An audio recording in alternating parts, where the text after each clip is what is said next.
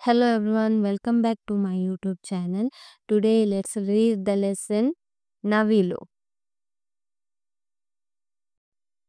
ಗದ್ಯ 3 ನವಿಲು ಸಂಪಾದಿತ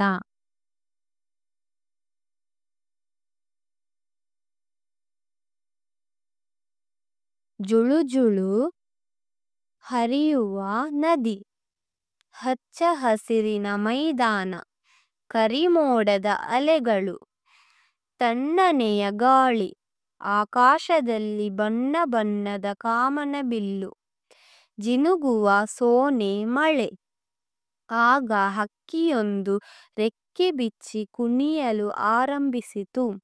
ಉದ್ದವಾದ ಗರಿ ಕೆದರಿತು. ಅದು ಬಣ್ಣ ಬಣ್ಣದ ಬೀಸಣಿಕೆಯಂತೆ ಕಾಣುತ್ತಿದೆ. ಕತ್ತನ್ನು ಅತ್ತ ಇತ್ತ ತಿರುಗಿಸುತ್ತಿದೆ. ಅದರ ಗರಿಗಳಲ್ಲಿ ಸಾವಿರಾರು ಕಣ್ಣುಗಳು.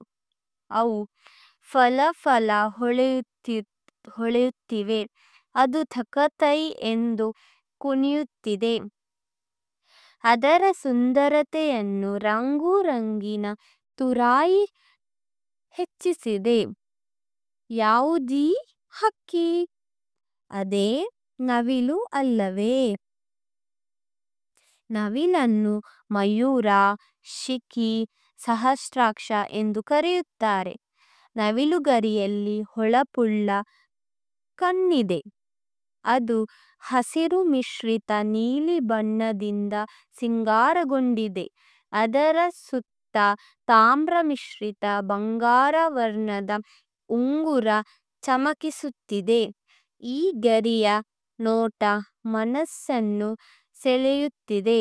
ಆದ್ದರಿಂದ ನವಿಲನ್ನು ಸಾವಿರ ಕಣ್ಣುಳ್ಳ ಸಹಸ್ರಾಕ್ಷ ಎಂದು ಕರೆಯುತ್ತಾರೆ.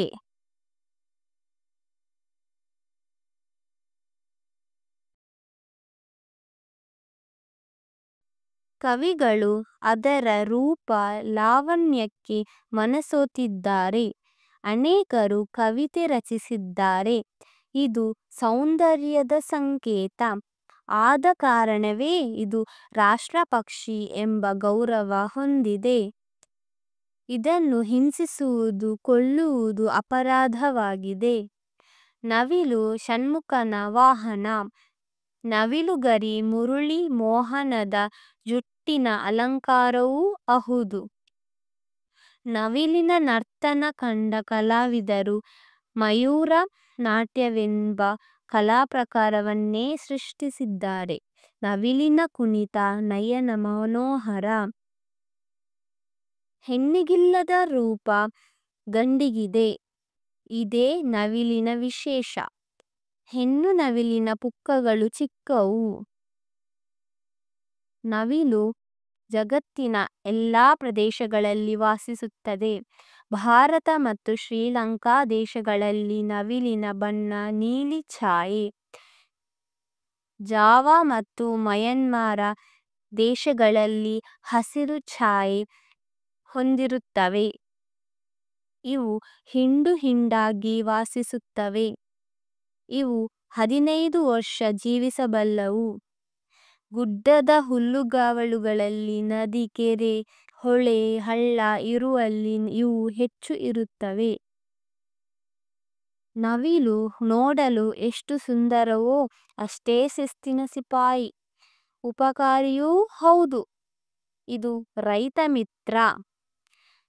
ಬೆಳೆದ ಫಸಲಿಗೆ ಕೀಟಬಾಧೆ ತಗುಲದಂತೆ ಬೆಳೆಗಳ ರಕ್ಷಣೆ ಮಾಡುತ್ತದೆ. ಕೀಟಗಳನ್ನು ತಿನ್ನುತ್ತದೆ. ನವಿಲು ಇರುವ ಪ್ರದೇಶದಲ್ಲಿ ಹಾವುಗಳು ಸುಳಿಯಲಾರವು.